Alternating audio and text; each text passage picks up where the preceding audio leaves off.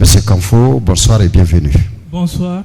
Merci d'avoir accepté notre invitation, d'avoir accepté de nous guider jusqu'au cœur de ta vie, de ton monde kamfonien. Merci beaucoup. Bonsoir tout le monde. Je suis Bodibo Ibrahima Kamfo. Je suis écrivain et passager du train depuis sa création. Ce soir, je suis très ému, très content d'être l'invité du jour et je remercie tout un chacun pour avoir effectué le déplacement. Effectivement, du passager, vous êtes ce soir le conducteur carrément. Tout à fait. Et quelle impression cela vous fait d'être là, vraiment en face de ce grand public de plus en plus fidèle du train littéraire? Ça me donne vraiment l'envie de continuer et de publier encore les manuscrits que j'ai entre mes mains. D'accord, merci. Donc nous allons entrer maintenant dans l'étude carrément du livre. Je vais tout de suite commencer par le titre « Au-delà de l'apparence ». Justement. D'abord, de quelle apparence s'agit-il? Et au-delà de cette apparence, qu'est-ce que nous sommes censés y trouver? Très bien. Moi, j'appelle l'apparence ce que vous allez lire dans ce livre-là. Mais la réalité est tout autre chose, ce que je vous cache. Je disais tantôt à Birama, c'est entre autres des poèmes que j'ai rassemblés, des poèmes de 2015, des poèmes de 2016, des poèmes de 2017 que j'ai rassemblés et que j'ai associés pour faire ce livre-là. Mais au-delà de ces poèmes, il y a une autre réalité qui est un jeu de calcul. Vous avez même parlé de poématique, c'est un jeu de calcul que j'ai commencé à partir de ce recueil. Alors, l'apparence, je vous disais tantôt que c'est ce que vous voyez, ce que vous avez lu. Maintenant, la réalité, c'est ce que je vous cache. Par exemple, si vous prenez le nombre de vers qui constitue ce recueil est égal à le nombre d'années qui séparent le calendrier musulman au calendrier chrétien en 2018, bien sûr, parce que le livre a été publié en 2018. C'est 608 moins le nombre de poèmes titrés. Ça fait 608 moins 30, ça fait maintenant 578. Voilà, c'est ces 578 qui constituent, c'est-à-dire le nombre d'années qui se trouve entre les deux calendriers, c'est-à-dire le calendrier musulman et le calendrier chrétien. D'accord. Mais le 608 qui constitue le nombre de vers du recueil, plus 2, c'est-à-dire les deux poèmes qui ne sont pas titrés, ça fait 610, c'est égal, n'est-ce pas, à l'année, à la date de l'hégire du prophète. Ça, c'est deux calculs. Alors, quand on prend le poème le plus long, qui est constitué de 66 vers, divisé par le poème le plus court, le nombre de vers, bien sûr, qui est égal à 3, donc 66 divisé par 3, ça fait 22. Alors, en 2018, moi, j'avais 22 ans. Donc, cela donne mon âge. Est-ce que vous comprenez? Oui, on applaudit. On applaudit vraiment. Quand vous prenez le recueil également, tout est 2, sauf le chiffre 21. Le recueil commence par un poème de 3 vers, après 5 vers. Vous avez constaté dans votre lecture, il y a une progression. On monte avec les mêmes chiffres jusqu'à 66 et on décroît avec les mêmes chiffres. Et quand on essaye de représenter ces chiffres sur un repère orthonormé, ça va donner une courbe qui monte et qui descend. Alors que j'appelle, n'est-ce pas, la colline du succès. À l'édition, on n'a pas pu dessiner la courbe là. C'est pourquoi on s'est contenté de faire une colline. Effectivement, on monte jusqu'à un niveau où on ne peut plus monter. Voilà, pour montrer qu'il n'y a pas de succès éternel. On arrivera à un certain niveau, le succès baisse, ça ne monte plus. Est-ce que vous comprenez? C'est d'ailleurs pourquoi le succès est le seul mot qui est écrit en lettres capitales. Vous pouvez voir tout de suite dans Ode à mon Mali, Ode à mon pays, vous allez voir tout de suite. Le succès est le seul mot dans ce recueil qui est écrit en lettres capitales. Alors c'est la colline du succès. D'accord, on applaudit, mesdames, messieurs. On applaudit. Mais maintenant, je ne vois encore que des apparences jusque-là, monsieur Kamfo. Au-delà de tout ça maintenant, qu'est-ce que nous sommes censés voir? Très bien, dit ça. L'auteur seul n'est pas l'auteur de son livre. Le lecteur également est auteur du livre. Chacun est censé interpréter l'apparence, c'est-à-dire la réalité qu'il voit derrière cette apparence. J'ai un lecteur qui a l'habitude de me dire que l'apparence, c'est ce qui se trouve derrière cette colline. C'est sa façon de voir. Moi, je viens tout de suite de vous expliquer ce que c'est la réalité quand j'écrivais ce recueil-là. Maintenant, c'est à vous de comprendre que non, pour vous, la réalité, c'est ça. Je laisse chaque lecteur comprendre cette réalité qui se trouve au-delà de cette apparence. Merci, merci. Mesdames, Messieurs, je vous rappelle que le train littéraire est une initiative de Bintili Communication, de l'espace La Gare, la radio Joliba et Joliba TV. Et vous allez être agréablement surpris parce que désormais, le train littéraire a eu un très gros partenaire. Il s'agit de Canal Plus Horizon qui vous offre ce programme-là, mesdames, messieurs. Merci beaucoup. Alors, quand nous continuons toujours, au-delà de l'apparence, toujours les titres. Souvent, des écrivains passent directement du titre au contenu. Mais chez d'autres, c'est le contenu qui impose les titres. Quel est votre cheminement? Moi, je dirais que dans ce recueil, c'est la forme qui s'est affichée par rapport au fond. Parce qu'au-delà de cette apparence, on ne voit pas le thème, non plus le style, mais on voit le jeu qui s'impose derrière la disposition des vers, que j'appelle la forme. Moi, je pense que ce serait une réalité particulière dans ces recueils. Les autres recueils qui vont venir, chaque recueil dépendra très certainement du fond. Voilà. D'accord. Mais est-ce que au début, c'est-à-dire avant de donner ces titres-là comme définitifs, est-ce que vous aviez d'autres titres en tête? Si oui, les top 3 de ces titres-là? Très bien. Moi, j'avais même eu beaucoup de peine à choisir un titre pour ce recueil. Je vous avoue sincèrement, c'est difficile pour moi de choisir des titres pour mes poèmes ou pour mes textes. C'est pourquoi très souvent, je commence d'abord par écrire le texte et quand je finis, j'essaie de donner un titre à ce texte-là. Alors, c'était la même chose. C'est quand j'ai fini d'écrire ce recueil que j'ai pris beaucoup de temps. C'est une semaine avant d'envoyer le recueil à l'édition que j'ai eu ces titres. Je n'avais pas encore eu de titre. Il fut un temps même où je demandais à certains de mes amis qui ont eu la chance de lire le manuscrit, est-ce que vous pouvez me proposer un titre? Est-ce que vous voyez? Donc, c'est la même chose. Vous allez constater qu'il y a même certains poèmes qui sont à l'intérieur. Leur titre ne constitue que le début, n'est-ce pas, du premier vers. Parce que je ne suis pas arrivé à trouver, n'est-ce pas, un titre pour ces poèmes-là. Est-ce que vous voyez un peu? D'accord. Alors, je vais lire un poème pour nos téléspectateurs, nos auditeurs et pour vous, mesdames, messieurs, présents à l'enregistrement. Le poème s'intitule Jemal. C'est à la page 15 du recueil. De ma tête à mes pieds, partout j'ai mal. De jour comme de nuit, mon mal s'étale suite au chant terrible des balles qui ne mettent guère un point final aux violences et aux virulences infernales. De ma tête à mes pieds, partout j'ai mal. J'ai mal d'entendre à Kidal des rafales qui font des victimes et provoquent le scandale sans laisser un être jovial. J'ai mal de ma tête à mes pieds, partout j'ai mal, suite au chant terrible des balles. Écrit le 18 novembre 2016. Je vous prie de l'applaudir. Je vais ajouter une seconde pièce qui s'intitule Ce soir, c'est le tour des vautours. C'est le titre de ce poème. Ce soir, c'est le tour des vautours. Ce soir, c'est le tour des vautours sur le champ de bataille où se sont affrontés les revanchards, les hommes des rancœurs pareils aux barbares. Ce soir, c'est le tour des vautours sur le champ de la haine. Les armes ont sonné comme l'alarme. Et les armes ont coulé dans ces vacarmes.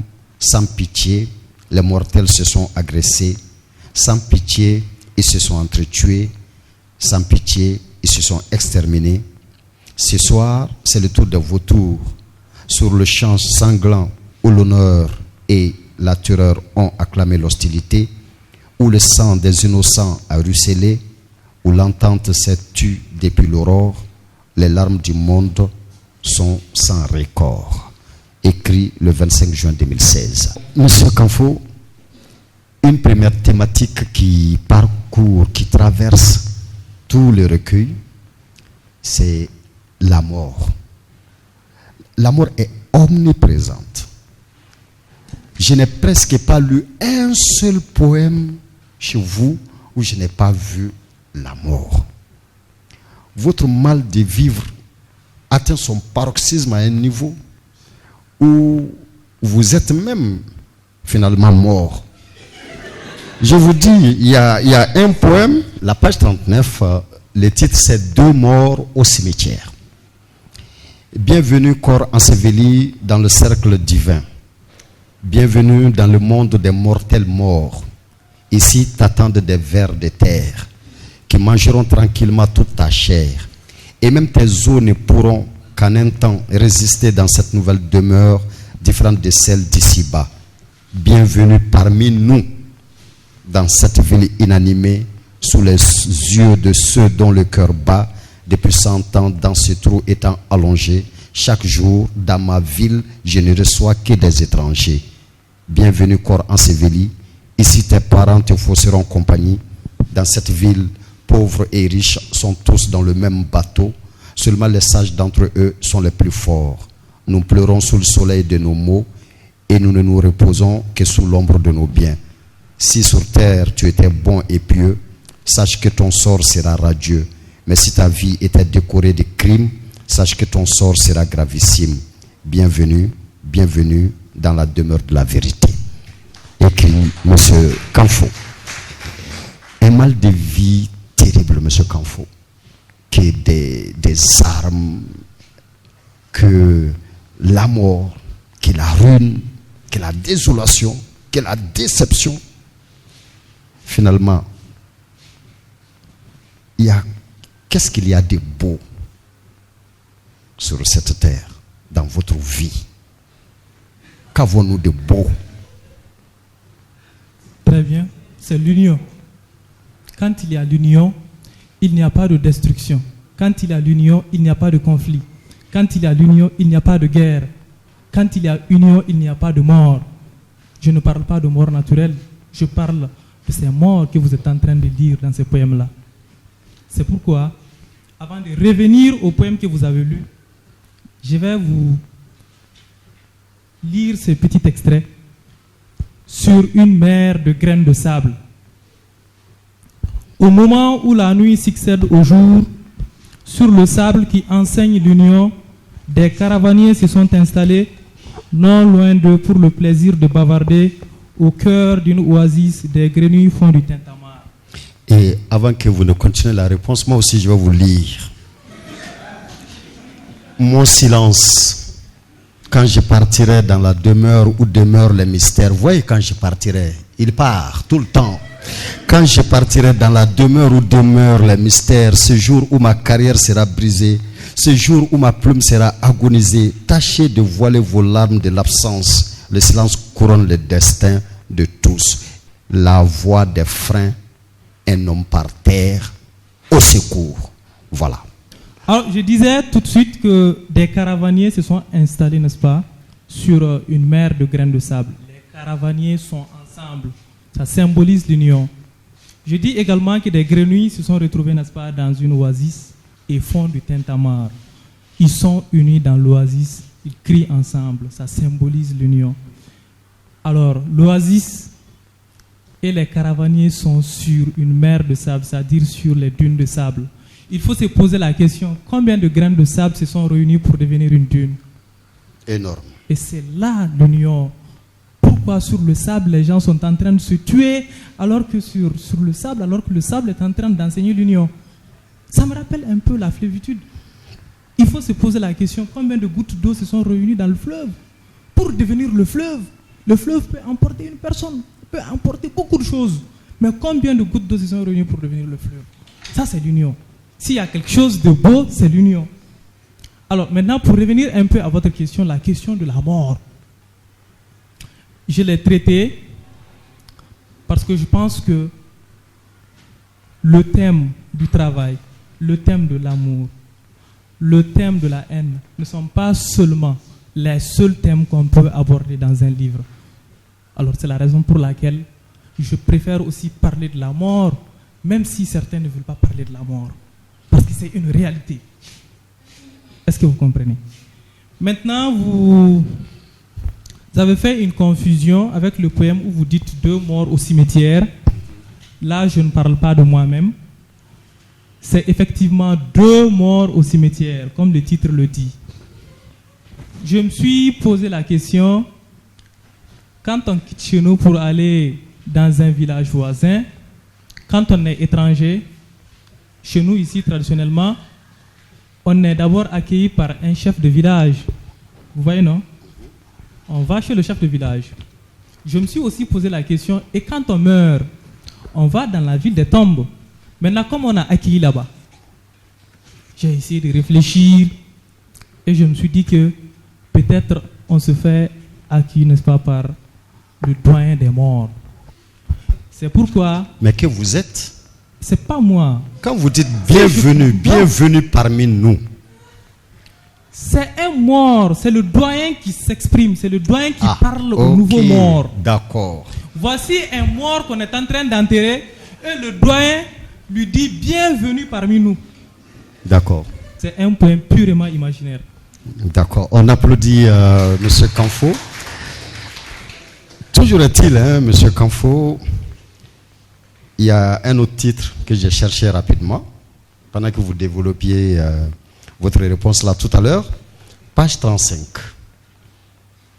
Le titre, c'est « J'ai soif de mourir ». J'ai soif de mourir avec des co-épouses qui ne peuvent sourire, avec des amis qui ne savent que médire, avec des mendiants qui ne continuent qu'à souffrir, avec des vieux qui ne veulent que maudire. Et j'ai soif de mourir avec des apprenants qui n'aiment plus lire, avec des jeunes qui ne songent guère à réussir, avec des gens qui d'eux-mêmes ne peuvent plus découvrir la valeur de l'auto-formation, un moyen efficace de s'enrichir. J'ai soif de mourir avec des parents qui ne peuvent plus servir leur famille au profit des étrangers qu'ils admirent, avec ceux qui ne savent plus bannir de leur comportement l'art de mentir. J'ai soif de mourir dans ce monde où les jeunes pourrissent leur avenir, où les enfants ne savent plus obéir, où les frères n'aiment plus s'unir, où les hommes ne cessent de se trahir. J'ai soif de mourir dans ce monde où le sens de la morale ne fait que s'appauvrir. Je vais m'arrêter là, M. Kanfo. Oui. C'est mal de vivre. J'aurais quand même aimé que vous expliquiez à notre public que c'est grand mal de vivre, en tout cas que personnellement je ressens en vous lisant, n'est pas dû au fait que, alors, vous manquez cruellement d'amoureuse, quoi. Ce poème, dont le titre même est un peu exagéré, cela est permis dans la poésie. Il y a des figures de style, et ça c'est ce qu'on peut appeler de l'hyperbole.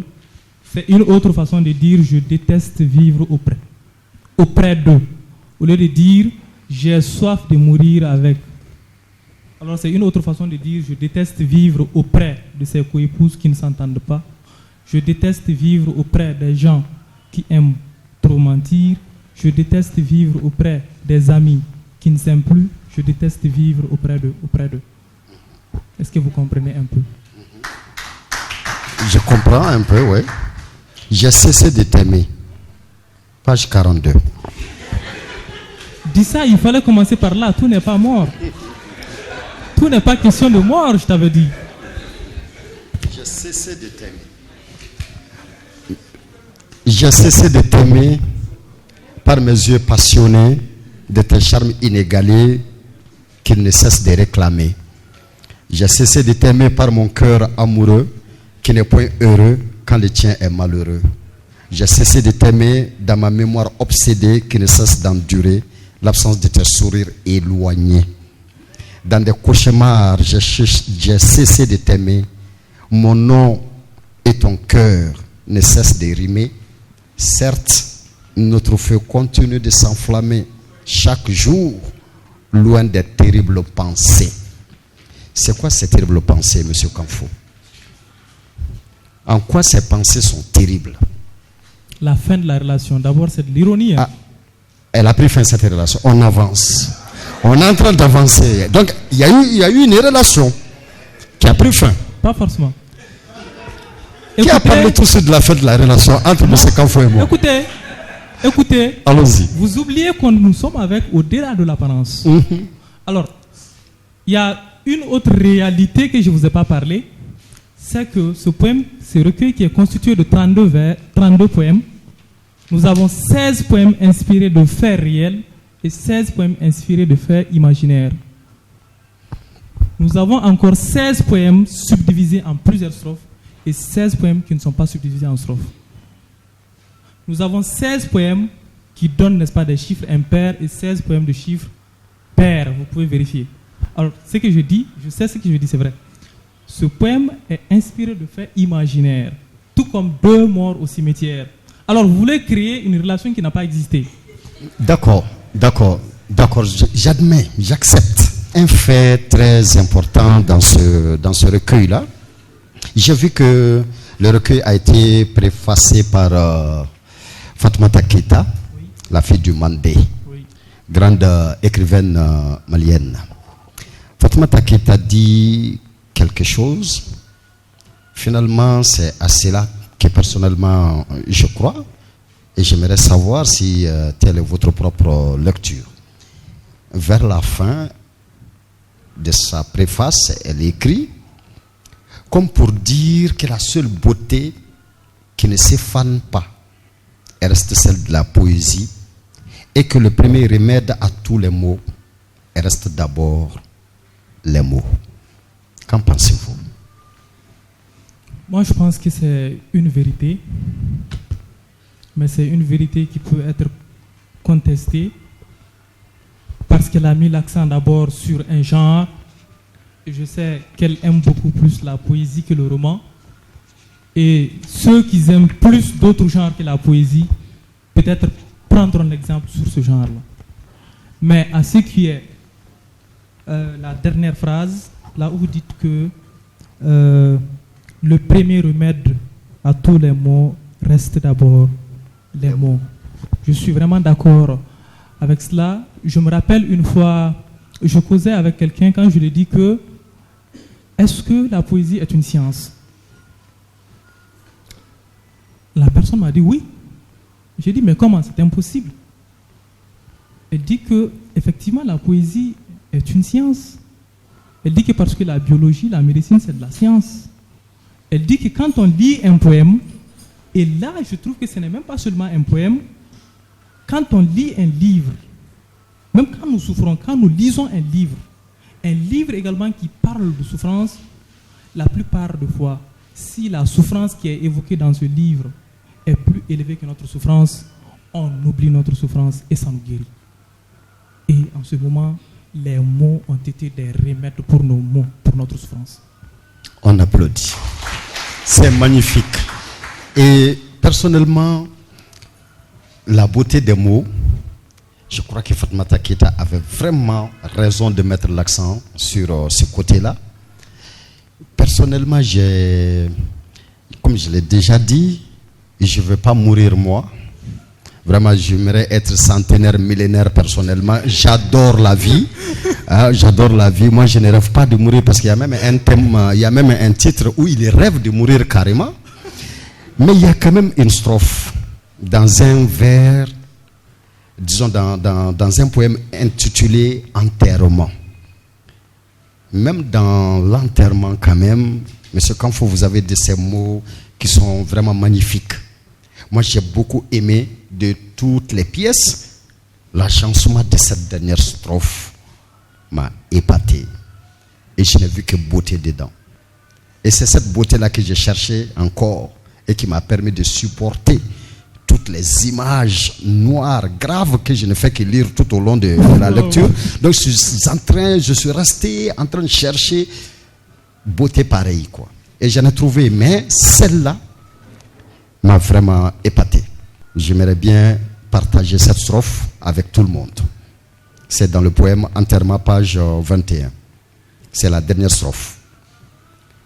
Nous laisserons en solitude un corps au cœur du cimetière.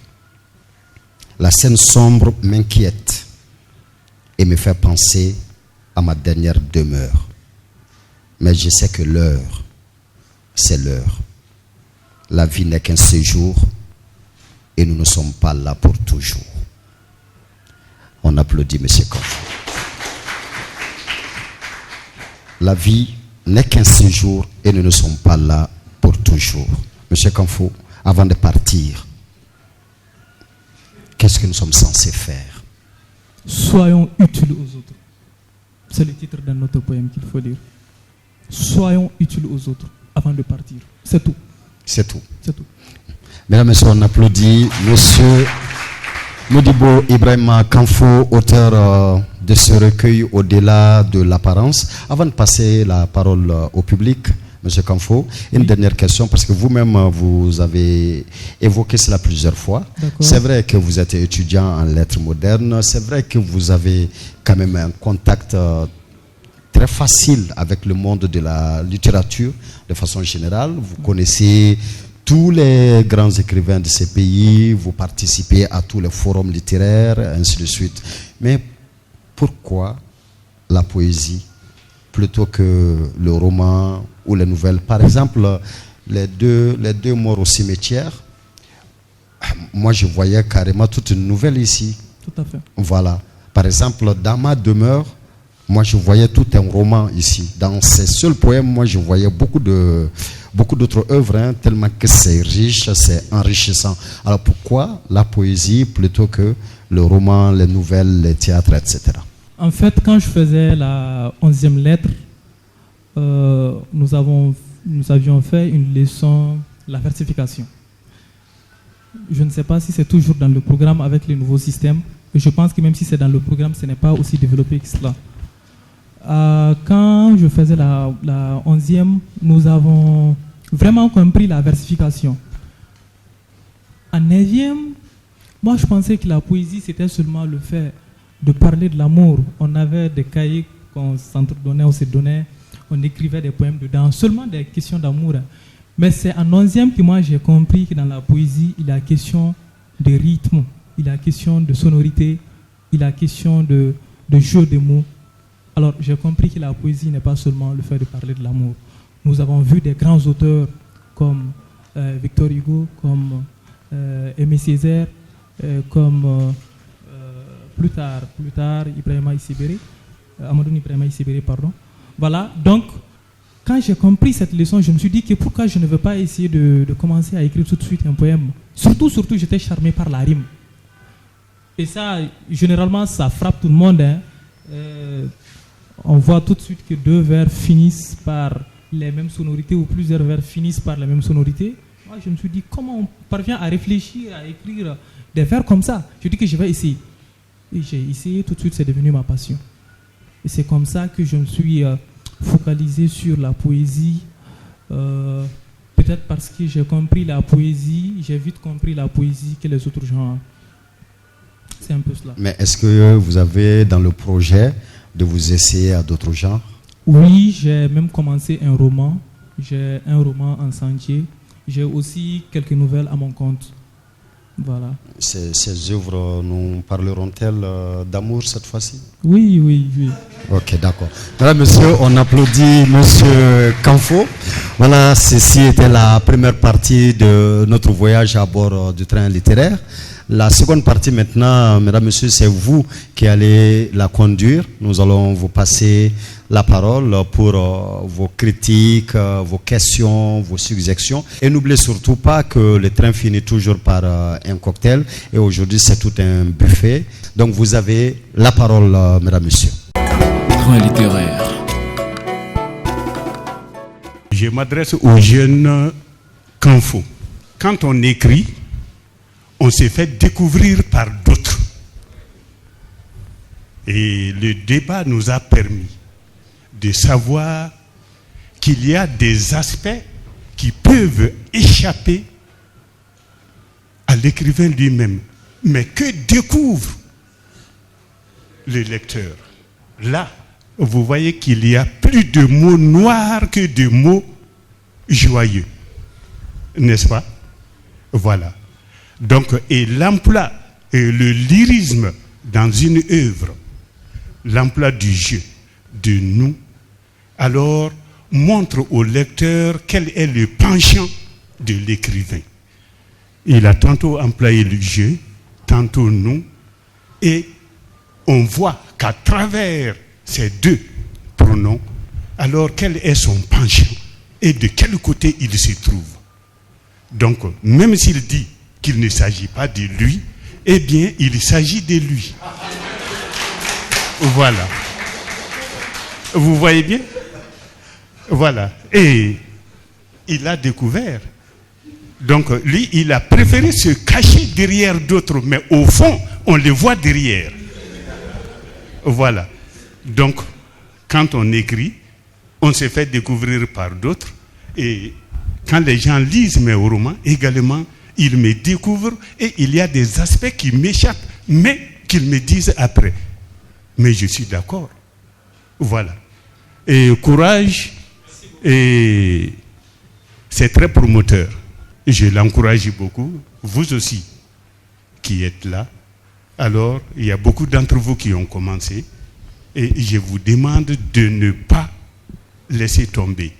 L'écriture, c'est la persévérance. Quand on commence, on n'abandonne pas. On s'accroche. Et je sais qu'il s'est accroché. Donc, et pour mon cas, pour mon premier roman, j'ai mis 35 ans pour l'écrire. Et quand ça a apparu, en 2013, j'ai fait 4 de suite. Donc vous voyez, à partir de la persévérance, on se mûrit et finalement, on peut faire quelque chose. Donc je sais qu'il s'est accroché et qu'il continuera parce qu'on a approuvé le premier livre qu'il a écrit. Voilà, courage à lui. Merci beaucoup. Merci. Je dirais chapeau à l'écrivain, Kanfo. Je ne l'ai pas encore lu, mais ce qui est sûr, on est en train littéraire, voyager autour de la littérature. Alors, il dit tout simplement, avant de partir, servir aux autres. Mais il y a de ces personnes qui savent se servir aux autres sans pourtant se servir eux-mêmes. Comment qualifierez-vous ces types d'hommes? Et aussi, j'ai cru comprendre d'une part que des hommes se battent quand même sur les dunes de sable. Les grains de sable ont su s'unir. Alors ces hommes sont aveuglés par quoi, selon vous? Et bravo à vous, courage encore. Merci beaucoup pour ces questions. Pour ceux qui servent les autres et s'oublient soi-même et oublient de servir eux-mêmes, moi j'appelle ça une erreur. J'ai touché à cette question dans mon poème intitulé « J'ai soif de mourir ». J'ai dit quelque part « J'ai soif de mourir avec des parents qui ne peuvent plus servir leur famille au profil des étrangers qu'ils admirent ». Est-ce que vous voyez? Je reprends « J'ai soif de mourir avec des parents qui ne peuvent plus servir leur famille au profil des étrangers qu'ils admirent ». Donc, il ne faut pas seulement servir les autres, mais il faut se servir et il faut servir les autres. Ceux qui pensent qu'il faut seulement servir les autres, c'est une erreur. Ça, c'est la première question.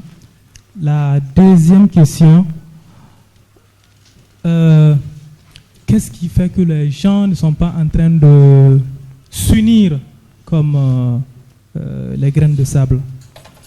Je vais me poser la même question. Je pense que je vais renvoyer la question au public parce que vous allez poser la question à 1000 personnes. Vous aurez certainement 1000 réponses. Chacun a une vision pour cela. Chacun pense que c'est à cause de quelque chose. Alors je pense que je vais renvoyer la question au public. Si quelqu'un veut répondre à la question, alors il peut répondre à la question. Tout simplement parce qu'on est différents. On est différents les uns des autres. On a des mentalités différentes. Donc on a des conceptions des choses différentes. Tout simplement parce qu'on est différents. C'est mon point de vue. Et je pense tout simplement que Ici, il y a deux entités qui sont purement différentes. Il y a des choses et il y a des êtres pensants. Le sable, c'est un ensemble de grains. L'eau, la mer, c'est un ensemble de gouttes. Et ces choses-là sont homogènes une fois qu'elles se réunissent. Mais quand il y a une foule, dans la foule, il y a un grand nombre d'individus et chacun est pensant à sa manière. N'est-ce pas? Nous nous accompagnons, nous crions la même chose. Peut-être on peut dire dégager. Tout le monde dit dégager. Mais derrière cette idée de dégager, chacun a une pensée pour lui-même. Soit qu'on remplace le partant par lui ou bien un des membres de sa famille. Et ce n'est pas comme ça que les grains de sable pensent. N'est-ce pas? Donc, ici, là, il y a deux entités tout à fait différentes. Les grains de sable et l'eau, ça c'est des choses qui ne pensent pas, mais la foule, le peuple est composé d'individus pensants. Et chacun a sa façon de penser par rapport aux autres.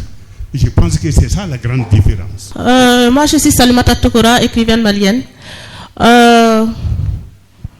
Je suis vraiment, c'est la première fois, je viens de découvrir le livre de Kanfo. Et j'en suis très émue parce que les poèmes que je viens de lire on voit que le poète est bourré de talent. Et à mon avis, un bon poète, c'est celui qui sait véhiculer, qui sait communiquer son émotion. On n'est pas indifférent en lisant ce livre. Donc, je te dis vraiment bravo. Tu es un poète né. Je t'encourage à continuer. Merci beaucoup. Et c'est vrai que le contenu est un peu noir, mais je dis heureusement. Parce que le poète que je connais, la personne que je connais, est très joviale. Donc, peut-être que je me dis, peut-être que ces démons, tout ce mal-être, ils s'en débarrassent en écrivant. Et c'est tant mieux. Donc, pour parler aussi un peu de la personne, je tiens à témoigner tout mon respect pour Kanfo, qui est très disponible et qui est toujours présent lors des activités littéraires et culturelles au Mali et qui respecte aussi ses aînés, juste pour parler de la personne. Donc, vraiment, je t'encourage, vraiment, c'est bravo pour ce livre et je te souhaite beaucoup de succès. Merci. Merci beaucoup. Oui, c'est-à-dire que nous avons le pouvoir de poser des questions aussi aux intervenants. Ok, vous, en tant qu'écrivaine, comment appréciez-vous une poésie d'un jeune de l'âge de Kanfo où vraiment l'amour ne nous a pas chanté? Quelle est votre réaction à vous par rapport à ça? J'aimerais avoir votre point de vue sur ça. C'est surprenant. Parce que je me dis quand même à cet âge, la vie est belle, on est plein d'espoir, on a les étoiles dans les yeux et tout ça. Mais c'est un artiste. Et on sait comment sont les artistes. Ils ne sont pas comme le commun des mortels. Et voilà, c'est ça qui explique ça. Donc je ne suis vraiment pas très surprise. Je me dis, oui, pourquoi? Oui, un artiste à cet âge peut ne pas parler que de joie et d'amour, mais parler de la souffrance qui l'entoure. Parce qu'un artiste, c'est comme une éponge parfois qui absorbe les émotions, les souffrances son environnement, ce qui touche son environnement, ça le touche. Et c'est la sensibilité de l'artiste qui fait ça. Et pour les gens de mon aîné qui disait que quand on dit je, c'est vraiment je me permets de le contredire un peu. Parfois, quand un écrivain dit je, il parle de vous ou de nous. Souvent, il y a la souffrance de l'autre qui l'interpelle tellement qu'il l'écrit en se mettant à sa place. Donc, mais c'est vrai que tout est à l'empreinte de son auteur. Voilà, c'est tout ce que je peux dire. Merci. Je m'appelle Ali Oubaba, je suis membre du club de lecteurs de l'Institut français du Mali. En fait, j'ai recensé quelques questions, mais vu que le train va vite, je voudrais me limiter uniquement à une seule question pour M. Kanfo. Et ma question d'ailleurs rejoint un peu la question de M. Kouman. Et lorsque M. Dissa finissait son intervention, il vous a demandé que faire avant de partir. Et vous avez parlé d'être utile, d'être comment on appelle, au service des autres, d'être utile en fait. En fait, ma question est l'utilitarisme en fait, dont vous parlez ici. Si on se réfère à cela et que tout le monde cherche à être utile dans la vie.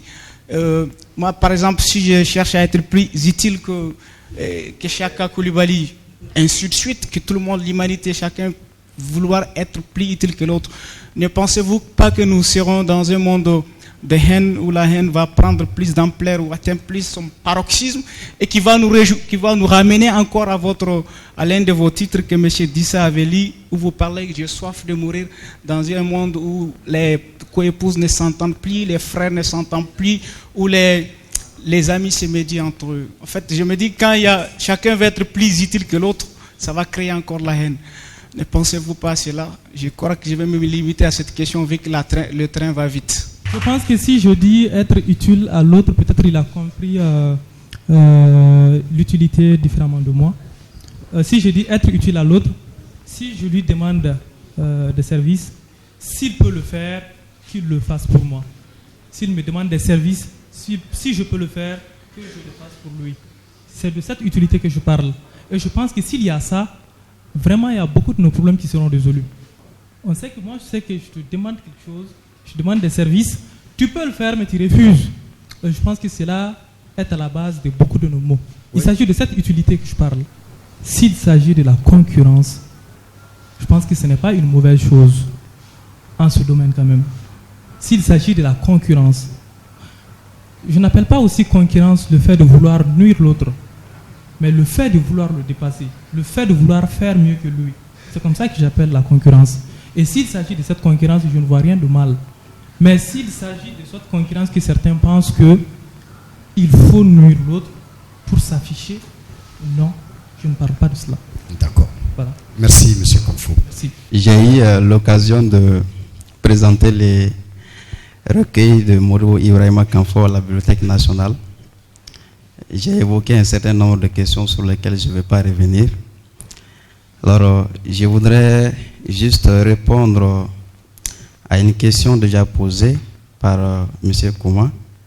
Et pourquoi les hommes ne s'unissent pas comme les sables? Alors, j'ai une strophe d'un poète que j'admire beaucoup et que je vais lire qui répond, à mon avis, à la question. La sottise, l'erreur, le péché, la lésine occupent nos esprits et travaillent nos corps. Et nous alimentons nos aimables remords comme les Madians lourissent l'air vermine. Poète initial des fleurs du mal de Charles Baudelaire, intitulé au lecteur. Je mets l'accent sur 3 mots. Okay. La sottise, l'erreur et la lésine occupent nos âmes et fait nourrir nos corps. Donc cela veut dire que l'être humain est partagé entre l'humain et le sauvage, le bien et le mal, chose qui n'existe pas chez les sables. Merci. Alors, je reviens au texte qui fait l'objet du train. Je vais essayer d'être bref comme là, sinon j'ai beaucoup de préoccupations. Et je ne voulais pas parler, mais il fut un moment où l'auteur a dit qu'il y a une confusion quelque part. Alors j'ai écrit ici, confusion, je suis à terre. Pourquoi je suis à terre? Parce que il n'est pas commode qu'un écrivain dise à son lecteur qu'il a fait une confusion. La compréhension du lecteur est une compréhension, celle de l'auteur en est une autre. Et d'ailleurs, je préfère plus écouter le lecteur que l'écrivain lui-même. Parce que le lecteur, comme il a si bien dit, et il s'est contredit, il dit que le lecteur est co-auteur du livre, mais en même temps, il dit que son lecteur a fait une confusion. Ça m'a mis un peu mal à l'aise. On applaudit même quand ça critique. Alors, sur ce qui est la forme, je n'ai rien à reprocher. Le contenu, oui, un peu. La question de la mort est évoquée, ça traverse tout le recueil. Et quand on lit le recueil, on se sent parmi le monde des morts. On se sent dans le monde des morts. Alors directement, on va se dire que c'est l'auteur qui est inspiré par la mort. Ça se comprend. Et je ne suis pas surpris de ne pas retrouver, comme Tola, de ne pas retrouver un poème qui ne chante pas l'amour. Je connais un grand écrivain qui, depuis tout petit, pensait à l'idée de la mort. Et il est un grand écrivain. Il était tout jeune, plus jeune que l'auteur aujourd'hui. Alors, ce n'est pas une surprise à mon avis. Ça ne me surprend pas. Ce qui est l'idée de la mort, généralement, chez les écrivains, c'est lorsqu'on n'aime pas la vie, lorsqu'on a le mal de vivre, lorsqu'on ne se sent pas à l'aise dans le monde. Et l'auteur l'a si bien dit, j'ai soif de mourir. Il a soif de mourir pourquoi? Parce qu'il y a trop de haine, trop de souffrance sur la terre. La mort, c'est le refuge des hommes. Quand on voit que ça ne va pas, ce qu'on vise, ce qu'on souhaite, c'est de mourir et quitter ce monde. Alors je me demande si cela est une solution au problème du monde. Cette mort qui traverse le recueil et traduit la situation dans laquelle se trouve le monde, comme il veut être utile aux autres. Donc il traduit aussi, ça s'impose en lui. Cette souffrance s'impose en lui. Même si il dit que c'est pas lui, c'est dans son inconscient peut-être à mon avis. Et là, il ne peut pas s'en passer. C'est pourquoi il ne cesse d'évoquer la mort. Alors je vais m'arrêter là. C'est ça. Le temps file là. Merci Baudelaire. Merci beaucoup. Bonsoir, Zénab Sidibé, membre du club des lecteurs de l'Institut français. Voilà. Bravo, mon fiston. J'ai pas eu la chance de lire les livres, mais à travers les textes que M. Dissa a lu, j'ai vraiment compris les livres. Donc, bravo, félicitations. Par rapport à la question de la mort, moi, je dirais qu'à un moment dans ma vie, j'avais peur de la mort. Franchement, moi, j'avais très, très peur de la mort. Il y a des jours, quand je m'endors, j'ai peur. Je dis, est-ce que je vais me réveiller? Même si moi, j'ai mal à la tête ou mal au ventre, je passe toute la nuit à m'inquiéter. Je disais, est-ce que je suis malade demain? Est-ce que je veux me réveiller vivante? Mais un jour, je discutais avec un soi-disant marabout. C'est la langage que moi. Un imam du quartier. Il me dit ceci. Il dit, toi, je t'aime pas bien parce que tu as des locks sur la tête, tu es tout le temps habillé en jean et tu évolues dans le domaine de la culture. Et tous les gens qui font spécialement de la photo, parce que quand tu fais de la photographie, tu dupliques l'image de l'autre et c'est interdit par la religion, d'après lui. Et il dit aussi que les grands chanteurs comme les Michael Jackson, ainsi de suite et tout, tous ces gens-là vont vraiment se retrouver en enfer. Parce que c'est des choses qui sont interdites par la religion. Depuis ce jour, je me dis, si vraiment c'est que ce monsieur dit que tous ces grands hommes de la culture, de la musique, de la danse, de la photographie et du cinéma vont se retrouver en enfer parce que c'est interdit par la religion, je dis, moi je suis pressé de mourir. Je vais vite mourir pour rejoindre ces gens-là en enfer parce qu'en enfer, je ne vais pas m'ennuyer si ces gens-là sont vraiment en enfer.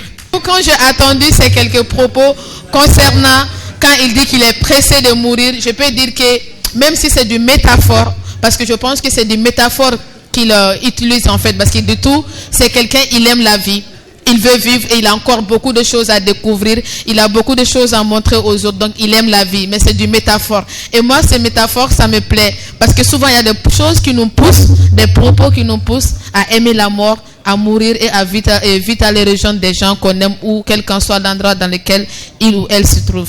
Bravo, bonne continuation et bon succès. Merci beaucoup. Merci vraiment. Nous disposons maintenant de seulement 5 minutes. Alors, sur la base d'un dernier poème que je vais lire pour nos auditeurs, nos téléspectateurs et vous, public présent à l'enregistrement. C'est le poème qui s'intitule « À la quête du pouvoir », page 46. À la quête du pouvoir. La nuit, quand l'obscurité dévoile sa beauté, au cœur d'un silence profond, je me lève pour aller à la quête du pouvoir. Je pars visiter les gîtes des termites. Je ferai appel aux djinns, aux forces ancestrales, et illico, mes soucis s'évaporent. Écrit en décembre 2015. Alors, la réalité, elle est dure, tout est noir. On va maintenant demander l'apport des djinns, des ancêtres, finalement, pour s'en sortir. Monsieur Kamfo serait-il animiste? Non, même pas. Mais à partir de ce poème, j'aimerais juste mettre l'accent sur la force de la croyance. La force de la croyance. Alors là, je suis revenu à l'Afrique traditionnelle. Je mets en scène un jeu qui se déplace pendant la nuit pour aller, n'est-ce pas, au gîte des termites. Il fait appel aux djinns, il fait appel aux forces, n'est-ce pas, ancestrales. Il croit tellement que ces forces vont lui répondre. Il croit tellement qu'en allant, n'est-ce pas, vers ces gîtes des termites, que ces problèmes seront résolus. Que finalement, quand il fait appel aux djinns, quand il va vers les gîtes des termites, immédiatement, ces problèmes sont résolus. C'est une façon de dire que souvent, quand on croit excessivement à quelque chose, même quand on va réellement chez un marabout, quand on est malade, quand on croit réellement qu'on peut avoir notre médicament ici, même s'il nous donne de l'eau, tout simplement, sans rien nous le dire, en disant que voici votre médicament, si on le croit à 100%, on est déjà guéri à 50%. C'est pourquoi ce poème va un peu de pair avec un autre poème qui est au début, où j'ai mis en scène un guerrier qui fait un voyage de nuit, mais j'ai dit qu'il était brave par des murmures, n'est-ce pas, qui n'étaient autres que des incantations et, n'est-ce pas, des gris-gris. Il n'avait pas peur parce que tout simplement, il croyait à ces gris-gris, il croyait aux incantations, il croit que ces incantations peuvent lui protéger. Donc la force de la croyance. Merci, Monsieur Kamfo. Avant de vous poser la toute dernière question, je rappelle que vous êtes sur Djoliba TV et c'est une initiative de Télécommunications de l'espace La Gare. Djoliba TV, Radio Djoliba, qui initie chaque dernier jeudi du mois. Alors cet espace d'échange culturel, artistique, littéraire. Donc c'est à chaque dernier jeudi du mois et je vous ai aussi informé que dorénavant nous sommes accompagnés vraiment au grand bonheur de nos téléspectateurs, de nos auditeurs et de notre public très charmant, très fidèle. Nous sommes désormais accompagnés par Canal Plus Horizon que je vous demande d'ovationner très très fort. Donc Monsieur Kamfo, comme dernier mot, est-ce qu'il y a un poème qui vous tient particulièrement à cœur, que vous aimeriez lire et commenter? En tout cas, vous avez le dernier mot. Ce sont juste des mots de remerciement. Alors, je remercie tout ce grand public. Je remercie toutes les associations ici présentes, les membres du GELMA, les membres du club des lecteurs de l'Institut français, les membres du club Jeunesse malienne en marche, les membres du mouvement estudiantien pour la promotion de la littérature africaine, les membres de l'Union des écrivains du Mali, qui sont tous ici présents. Je leur dis grand merci aux organisateurs du train, grand merci à tout le monde. Merci beaucoup. Nous remercions également Chaka Koulibaly alias Baudelaire. Mesdames, Messieurs, nous vous remercions toutes et tous d'avoir participé à ce voyage qui était vraiment très très enrichissant en compagnie de Monsieur Kamfo, que je vous demande jusqu'à la fin de l'émission. Merci et au revoir.